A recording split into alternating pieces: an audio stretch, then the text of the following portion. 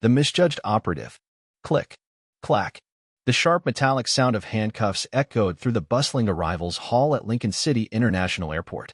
The crowd barely noticed at first, travelers coming and going, flight announcements blaring overhead, but that sound pierced the air like a slap in a cathedral.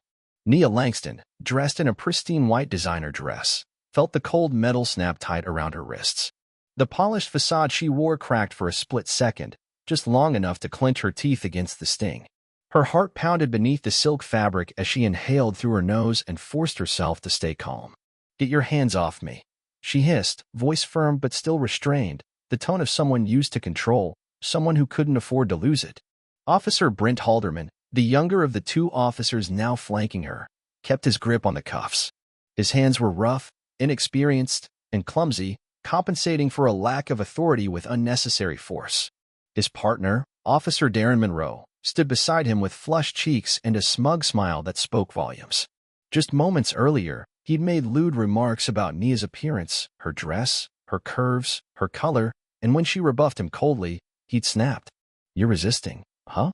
Monroe barked, raising his voice theatrically so it echoed through the lobby. "You think you're too good for us? You think you can just blow off a police officer?" Dozens of heads turned now. Phones were lifted discreetly, or not so discreetly, as people began to record the scene. Nia's hands, still cuffed behind her, trembled slightly, not from fear, but fury.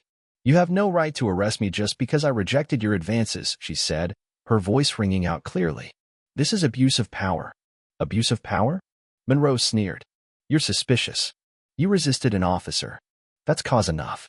Halderman, take her to the security office. Let's process this little troublemaker." Halderman hesitated for a second but obeyed. Monroe's influence over him was obvious. The younger officer didn't yet understand the weight of what they were doing, but he would. Nia stood tall as they led her through the airport. Her white dress, once elegant and commanding, now served as cruel contrast to the restraint imposed on her. The two men who thought they had her figured out, who believed she was some arrogant model or maybe a sugar baby stepping off a plane from Europe, had just made a catastrophic mistake. They had handcuffed a CIA field operative in active cover. She had just completed a high-level operation in Geneva tracking a European arms smuggling ring. Her return was supposed to be clean, discreet.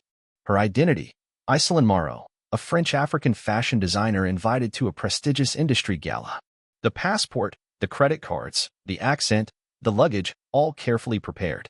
Even the dress had a function. It was eye-catching enough to draw attention to her beauty, not her identity. The elegance, the aloofness, it was all crafted to hide in plain sight. But sometimes, the most dangerous predators aren't the ones you see coming. They're the ones wearing badges, blending into positions of authority with impunity. Officers Monroe and Halderman, posted at the International Arrivals Terminal, were supposed to be performing routine security duty. Monroe had a history. Complaints. Whispers. A reputation for bullying women, especially black women, especially those who didn't immediately submit to his charm or his control. He'd skated by on departmental loyalty, technicalities, and buddies in the union. Halderman, fresh out of the academy, idolized the older officer, mimicking his every move. So when they saw Nia walking through customs, her skin glowing against the white fabric, her posture erect and unapproachable, they followed. "Look at that one," Monroe muttered, elbowing Halderman. "Dressed to kill. You think she's famous?" "Looks expensive," Halderman said with a grin. "Bet she's loaded. Or just pretending. Either way, let's have a chat. Could use a little fun." That chat turned into a gauntlet of insinuations. Monroe leaned in close, asking where she was staying, if she needed company, if she liked American nightlife. When she rejected them, the tone changed. Monroe's voice dropped, not in volume but in venom. "Don't play hard to get. We're the police." "I'm not interested," she said. "Step aside." But Monroe didn't. He grabbed her arm. She pulled back. And then came the cuffs. Back in the claustrophobic security room, they shoved her into a chair. The air was stale. The walls seemed to lean in. Halderman stood awkwardly near the door, arms crossed, his confidence unraveling. Monroe paced in front of her like a caged dog, snapping insults under his breath. "What's your real name, huh?" he barked. "Don't give me that Fashion Week crap. I bet you're here on some visa scam. Maybe escorting on the side." Nia didn't flinch. She simply asked, coolly, for a phone call. "A phone call?" Monroe laughed. "To who? Your sugar daddy?" "Nah. Sit tight." But she pressed again. My sponsor. He needs to know I've been detained. He's expecting me. Against his better judgment, Monroe tossed her a cheap burner phone she'd packed specifically for situations like this. Use it, he said. Speaker on. Halderman held the phone near her face, hands shaking slightly. Nia took a deep breath. Time slowed. Then, in a voice that shed every layer of Iselin Morrow, she spoke. Center, this is Nightingale. Authenticate identity code, Omega 7 Alpha. Both officers blinked. Activate broken read protocol. Priority Delta. Subject unlawfully detained by local LCPD officers. Identification. Officer Darren Monroe, badge 1492. Officer Brent Halderman, badge 2345. GPS location. Lincoln City International Airport, Terminal B, Security Room 3. She recited the coordinates. She spoke without fear, without hesitation. Racial discrimination.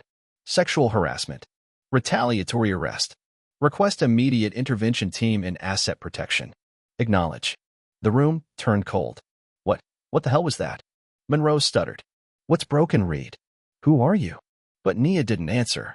She looked him dead in the eyes, and her silence said more than words ever could. 7 minutes later, the door burst open. 2 men in dark suits entered, stone-faced, sunglasses, earpieces. Federal agents. They said nothing. They scanned the room, noted the handcuffs, then stared at the 2 officers like they were insects under a microscope. Over the agents' radios, the voice of Chief Edgerton, head of the Lincoln City PD, crackled. Monroe. Halderman. Release her. That's a direct order. Do not touch her again. Secure the area and stand by for federal custody transfer. The 2 officers stood frozen. One of the agents walked over, removed the cuffs from Nia's wrist with a sleek silver tool, then stepped back. Agent Langston, he said softly. Are you okay? I'm fine, she replied, rubbing the deep red marks on her wrists. Broken read protocol complete. More agents arrived, FBI, CIA liaisons, LCPD internal affairs. Chief Edgerton himself walked in, pale and tight-lipped. Monroe and Halderman were stripped of their weapons and badges right there. No ceremony. No mercy. Their crimes? Abuse of power. Assault. Harassment. False arrest. And worst of all, interfering with a classified federal mission. The fallout came fast. The CIA launched a full review. The FBI opened a civil rights investigation. The Justice Department prepared federal charges. Monroe and Halderman were arrested, charged, indicted. Their trial became national news. The courtroom was sealed. Nia testified under her alias, with protection. Her statement was devastating.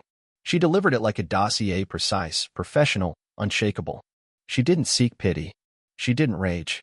She just laid out the facts like evidence at a crime scene. The jury needed no persuasion. The video, the audio, the witnesses, it was all there. Guilty. On all counts. Federal Judge Elena Ruiz sentenced both men to 3 years in federal prison. In her ruling, she said, You turned the power entrusted to you into a weapon against the innocent. You mistook a woman's dignity for defiance and your prejudice for justice.